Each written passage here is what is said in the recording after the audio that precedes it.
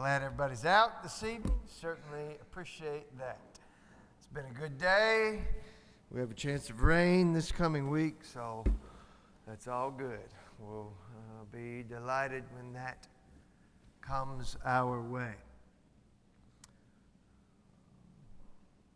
There is, at least in my life, a growing awareness of who God is and how God deals with human beings.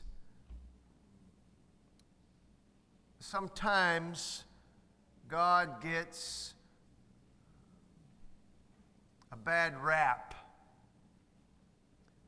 He is sometimes seen as someone that is harsh or aggressive in his behavior, in his judgments, in his consequences, in his cases of condemnation.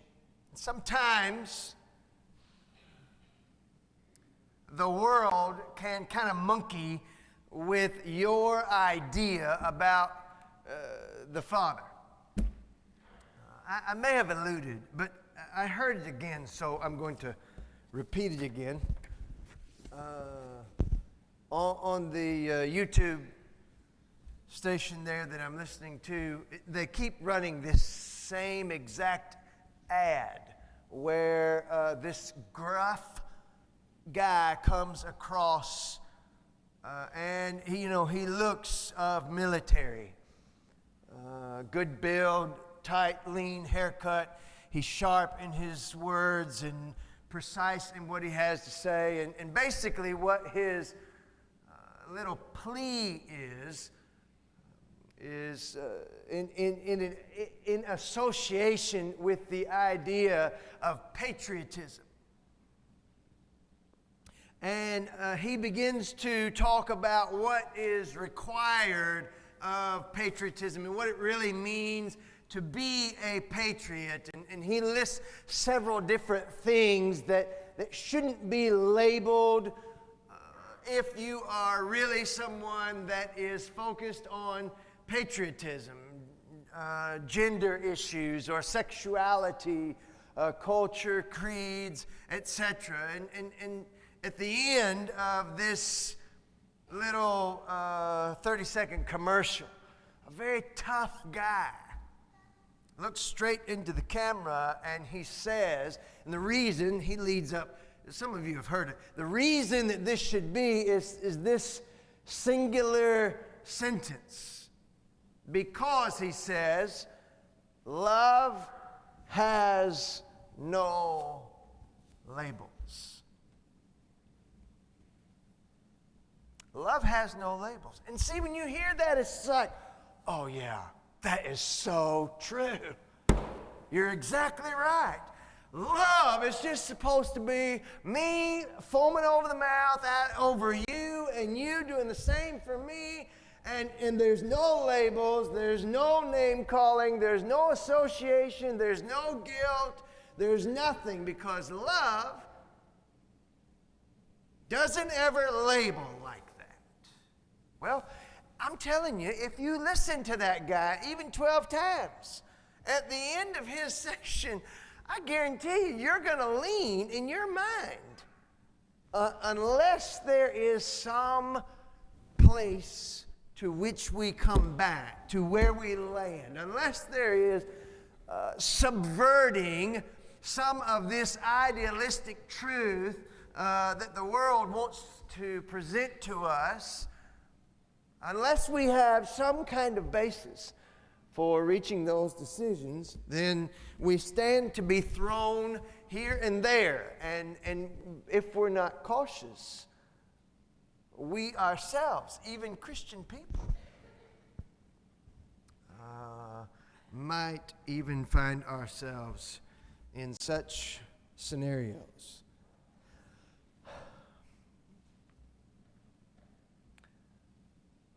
God sometimes says things that are hard.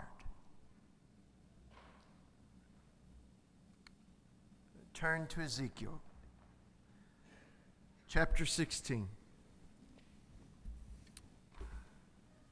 Ezekiel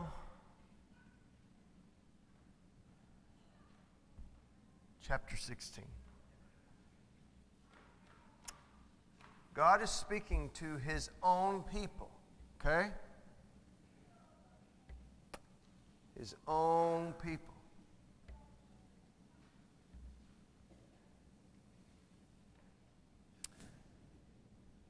Verse 15. But you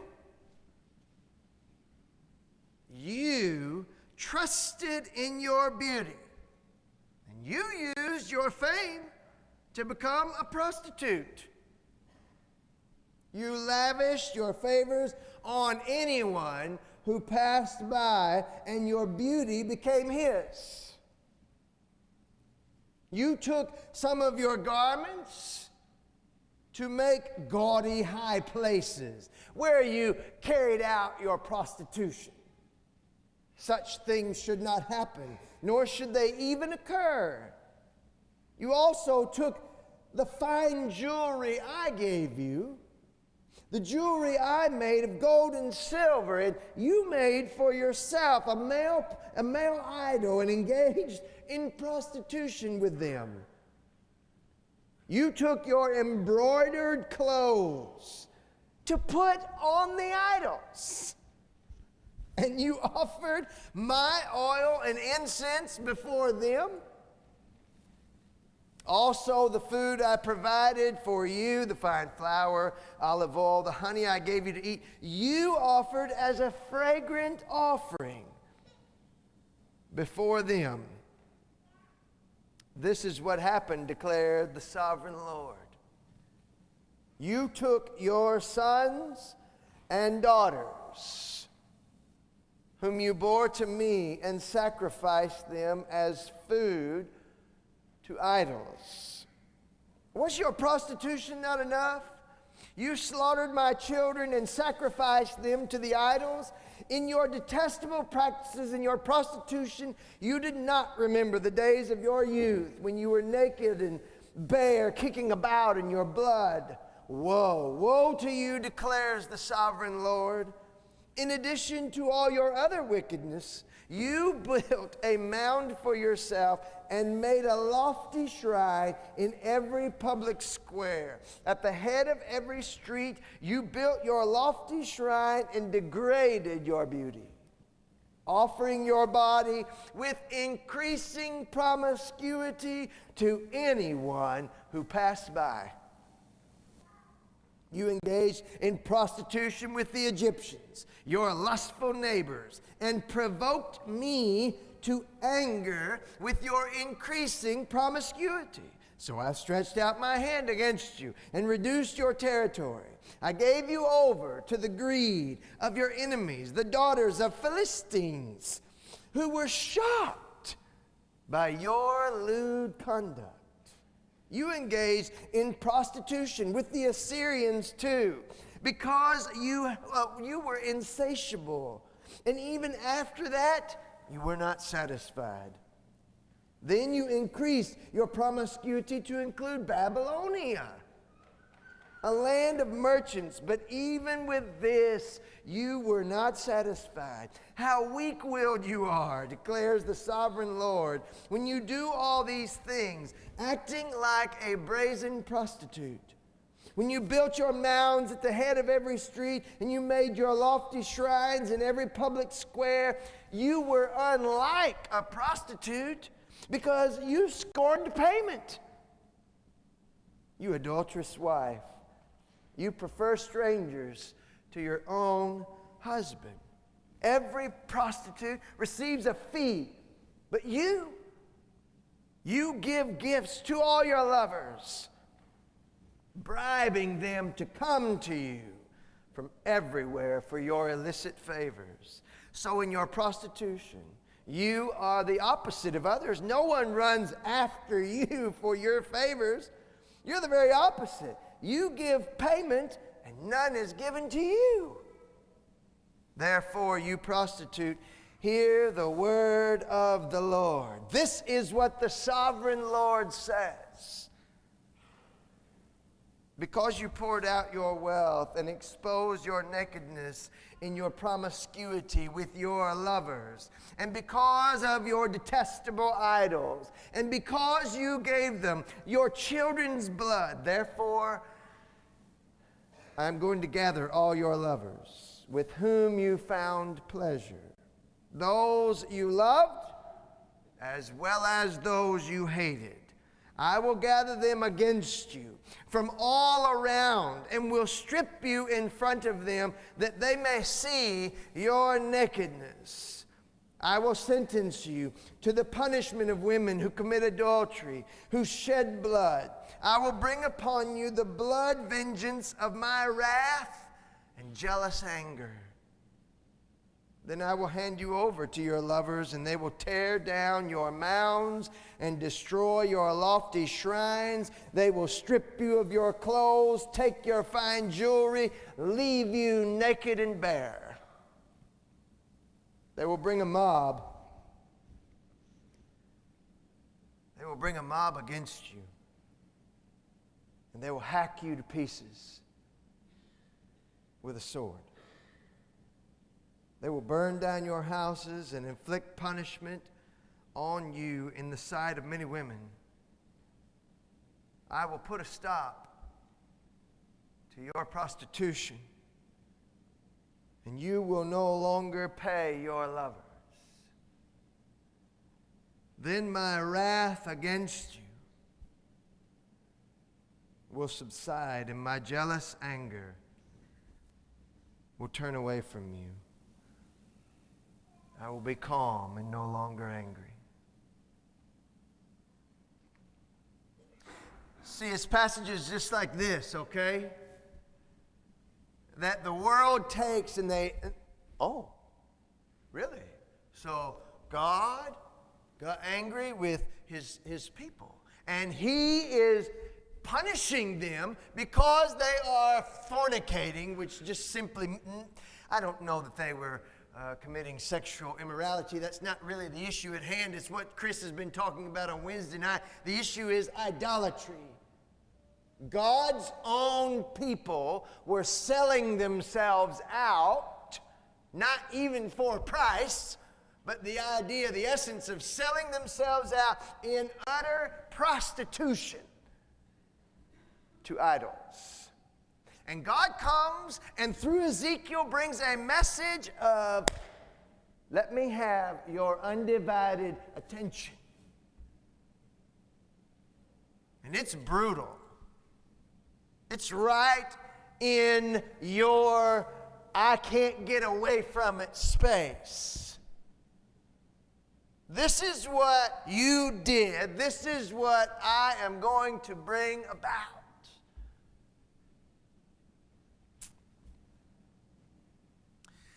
Okay.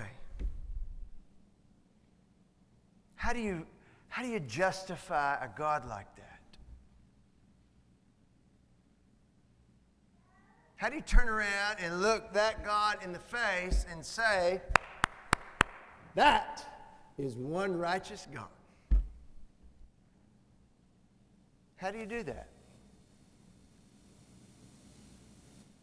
When the world comes and they aim their arrows at you and at me and at Christianity in general,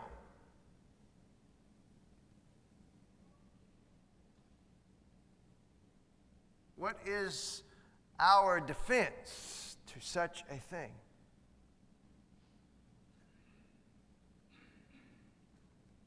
I suggest to you that you still serve this same God.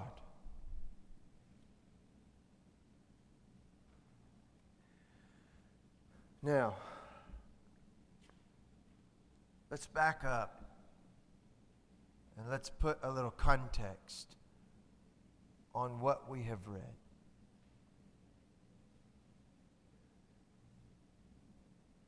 Let's bring a little different flavor to this moment. Because, see, this is where the world dials in. They dial in. Okay, let me just say this. In the view of certain people, okay, I know good and well, had I been viewed by certain individuals in the moment of me giving some of my children a whipping,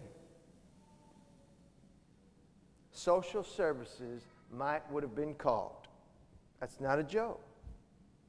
And you know it.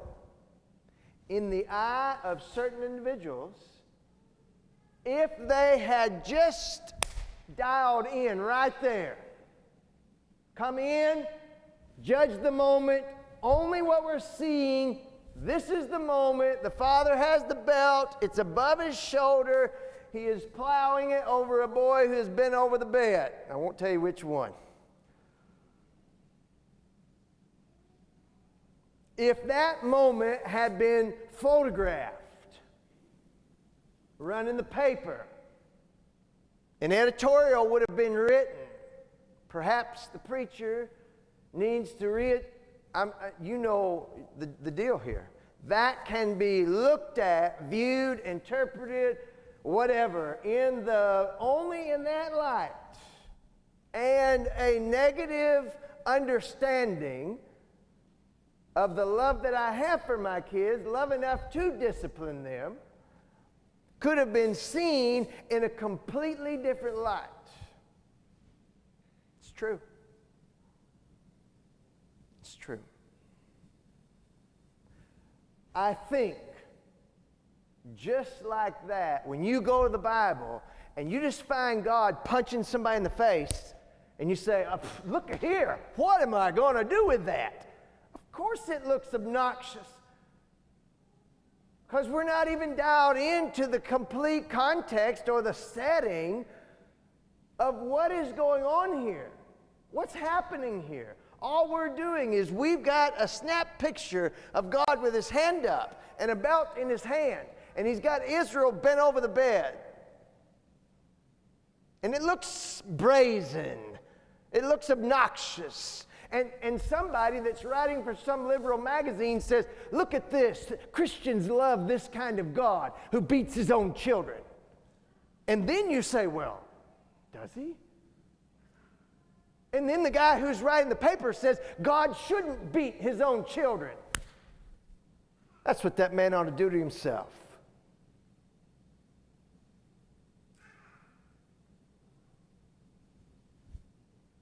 You are not a victim. You are not somebody that is pressed into the world's mold. You don't think like them, you don't act like them, and you don't answer them. You serve the God of the universe, whose wisdom is found here. Not on the internet, not by some left-wing editorial of somebody who thinks that a picture that they've taken of God out of Ezekiel or whatever passage they want makes God look this way. In some way, we have to answer all those objections. It's absurd.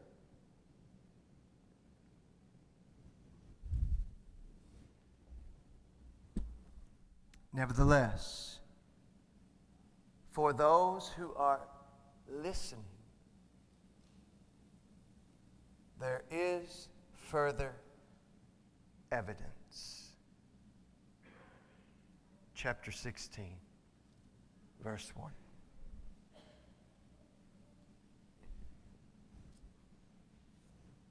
The word of the Lord came to me. Son of man, confront Jerusalem with her detestable practices and say, this is what the sovereign Lord says to Jerusalem. Your ancestry and birth were in the land of the Canaanites. Your father was an Amorite and your mother a Hittite. on the day when you were born, and your cord had not yet been cut, nor were you washed with water to make you clean, nor were you rubbed with salt and wrapped in a cloth. No one looked on you. No one had pity or compassion enough to do any of these things for you. Rather, you were thrown out into the open field. For on the day you were born, you were despised. Then I passed by. I saw you kicking about in your blood. And as you lay there in your blood, I said, live. I made you grow strong like a plant in a field. You grew up and you became the most beautiful of jewels. Your breasts were formed and your hair grew. You were naked and bare. Later, I passed by, and when I looked at you and saw that you were old enough for love, I spread the corner of my garment over you and covered your nakedness. I gave you my solemn oath and entered into a covenant with you, declares the Lord, and you became mine. I bathed you with water. I washed the blood from you and put ointments on you. I clothed you with an embroidered dress and put leather sandals on you. I dressed you in fine linen, and I covered you with costly garments.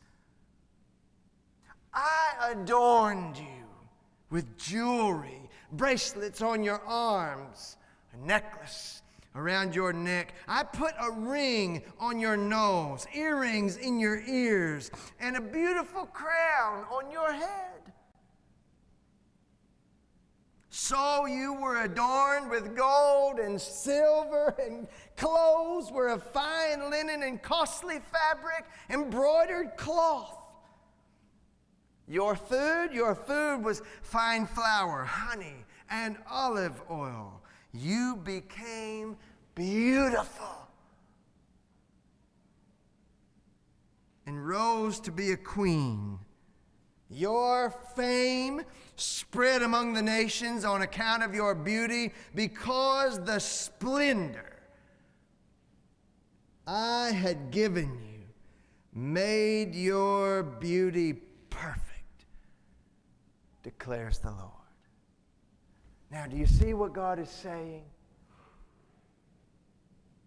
Do you see where God is? Does God have a leather strap and Israel bent over the bed? Yes, proverbially, that's what's happening here. God is disciplining his children.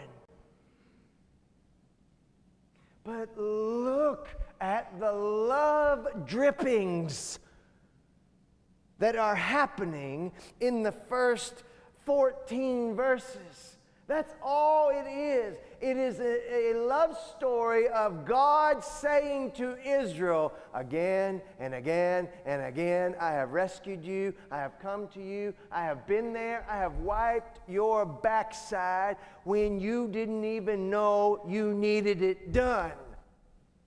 I have washed your body of its nastiness, even when you couldn't see that you required a cleansing. Look at all that God has done. I have entered into this precious, do you hear that language? When you were old enough for love, I covered you.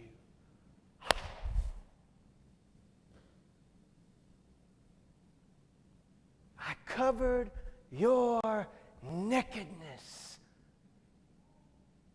so that your shame would be no more, so that you would be gloried upon, so that you would have of what I have. I tended you like a sweet little vine in my own garden. I saw to it that you grew up, that you had everything that you needed. That's what God is doing. Do you not see how overwhelming God's love is?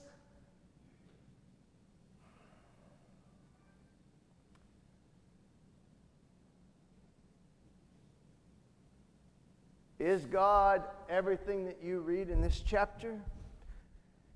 Yeah, He is.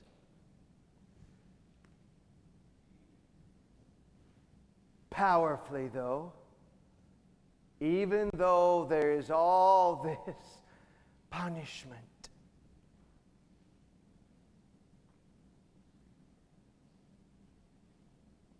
look again at 41. God is detailing the things that are going to happen due to the punishment that He is bringing. But He says they'll burn down your houses and inflict punishment on you in the sight of many people. I will. I will put a stop to your prostitution. And you will no longer pay your lovers.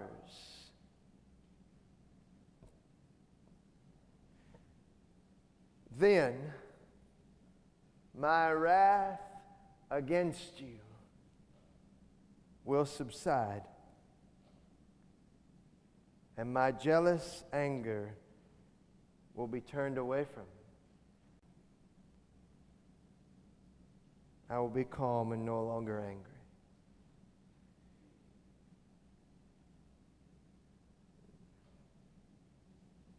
The passage starts out with the idea of grace. That's what that is a picture of. I'm thankful that Derek read from the Corinthian letter where Paul says everything that was written beforehand was written to help teach and get us prepared and get our minds in gear, etc., etc. This is an image. It's supposed to be a lasting image. Look at the incredible, indescribable appearance of grace.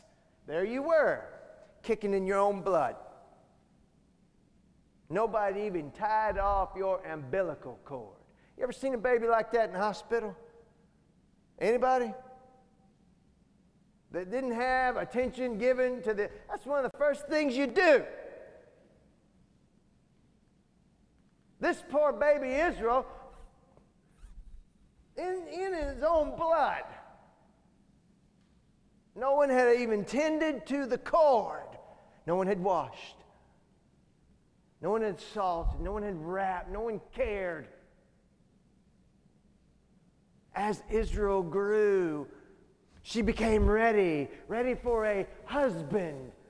And God very beautifully takes her as a bride, and He says by His own words, I came to that people with a solemn oath. I made a covenant.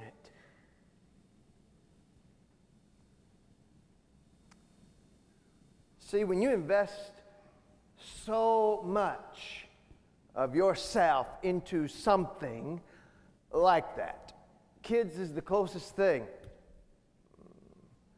When you invest that much energy, that much commitment, it shows a great deal of love. It's what parents do for their kids. It's what was done for me. There I was, just like that. And my parents took care of me.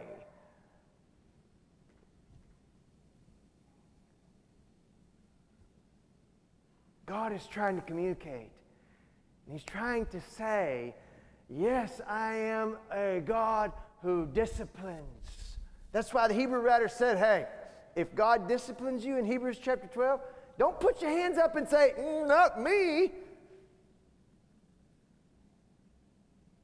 God disciplines those, what? He loves. God disciplines those He loves.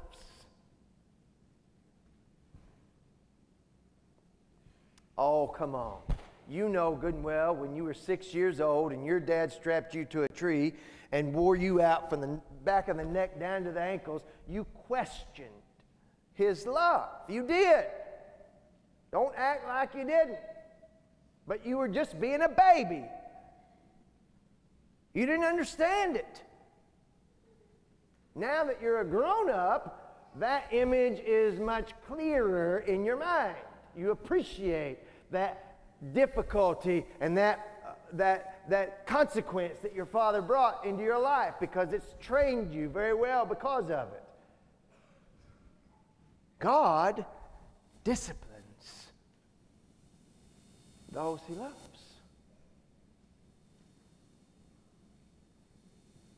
And in His discipline, please understand this, He is still filled with inexplicable grace.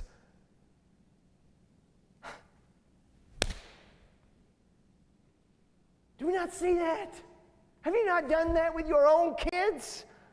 Of course you have. They deserve 25 licks, but they only got 3. Because you are a product of grace and you gave that grace to your own. God in His discipline to His own children, motivated by grace. Man, that is energizing. If that doesn't excite you about your walk with God, then I don't know what will. Please, Lord, discipline me. Discipline me to whatever extent you must. Because I know, according to the book, that God's discipline leads my life into holiness and righteousness and the ways of Christ. Undisciplined means this: I'm not really His.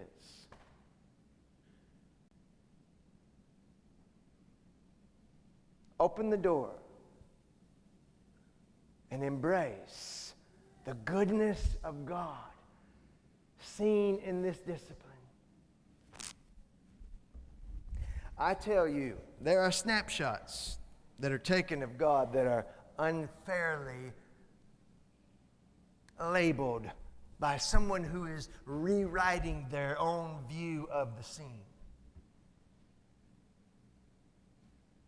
But the careful reader will find always, when there is some measure of judgment by God, always there has been piles of preceding grace. And that is a beautiful God.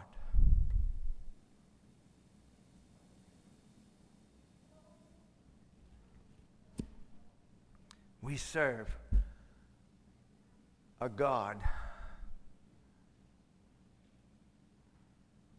I will not question Him. I will not question him. If God says this is a moment where discipline was needed, then discipline was needed. And I trust that. Not only do I trust it when I read it here, and you see that discipline in the life of King Saul, or you see that discipline in the life of David, or you see that discipline in the life of whatever, wherever I see it going on, I know that behind that is this beautiful desire of God to make that person more of what God wants. If you need to respond for some reason to the invitation tonight, it's yours. But I hope that you'll be encouraged and walk boldly in a trusting relationship with your God. As together we stand and sing.